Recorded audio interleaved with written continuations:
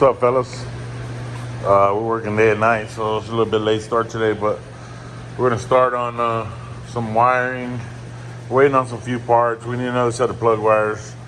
Customers provided this set. Of course, this is for LS1 with stock valve covers, but these are truck coils with Holley valve covers, so that's not gonna work.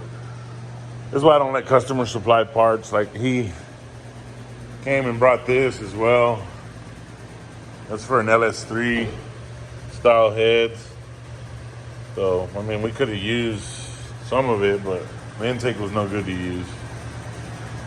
But yeah, so we're waiting on, we need a set like this, 32829, 32813 or 819. But yeah, those won't work. I have a set of these, but they're used. I won't put them on. Should have to have a new set. We're gonna also tuck the standalone on this one. This is from a company called HPI. I've been using them for a while. I've never had any issues with them. It's pretty straightforward. Drive-by cable. I'm just gonna use some cheap budget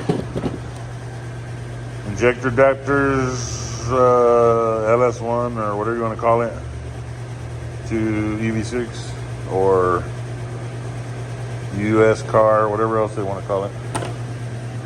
LS1 to EV6 truck. So we're using 36-pound injectors. This will just be an all-motor application.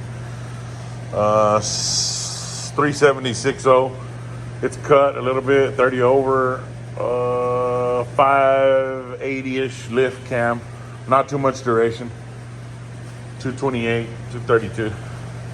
So those should be fine in A. We're gonna do the battery cables and stuff.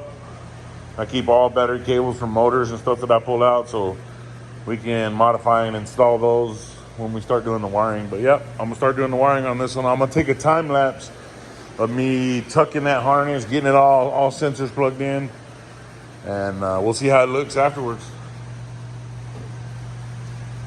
I'm gonna run it under the intake. Plenty of room down there with the injector adapters and the way the coil harness is set up. Should have no problem. I've done it several times before on lower intakes and on, well, I had to modify the injectors manually as far as like cut and splice, but this one we're just gonna use those injector adapters. They're like 3 inches long. We'll see how it looks when I'm done.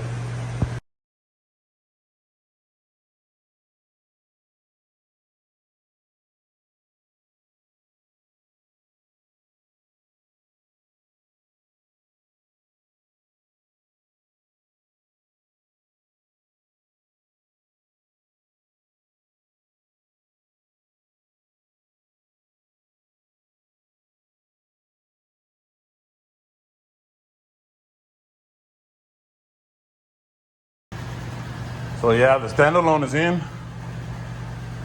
Naked eye, you really can't see it, man. I mean, if you're looking for it, you can. You know, of course, the injector adapters are down in there, but you know, you won't see it really.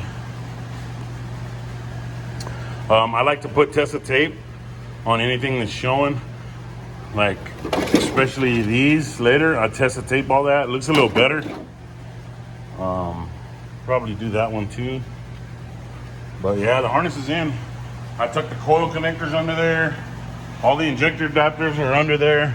You know, if you're looking for it, you can see it. But as far as the naked eye from back here, no harness really. Everything's tucked. Just got to be careful. It takes some time. It's definitely a lot longer process installing it. You know, if we're just laying it over top, plugging everything in, it take 5 minutes. Like this, it does take a little bit of time. But yeah, she's going together. Like I say, we got to get some different spark plug wires. I'm gonna see if I can get the 32829s in black and gray, because that'll match this a lot better. Reds, I mean, reds, they'll always work, but I would like to do black and gray. And I think we're gonna do black and chrome intake as well, and just keep it all black and chrome, black and gray, or whatever you're gonna call it, silver. So those are the fans we use in the S10s, those are 98, 99 Chrysler or Dodge Intrepid. Actually, Dodge Intrepid, Chryslers are a little bit different, but very, very powerful fans for $100. And it's kind of like shrouded already. So, you know, I usually put 6 in them on these. 1, 2, 3, and then 3 at the bottom. Bro, those fans right there will cool any motor. If it'll cool 402 cubic inch in an S10, it'll definitely cool this truck. So, but yeah, just a short video. I'm wiring today. We're probably gonna do the battery cables up here next. I gotta modify them always, you know. So it's coming along. Still waiting on a few parts, but it's getting there. Should fire it up this week, if not next week.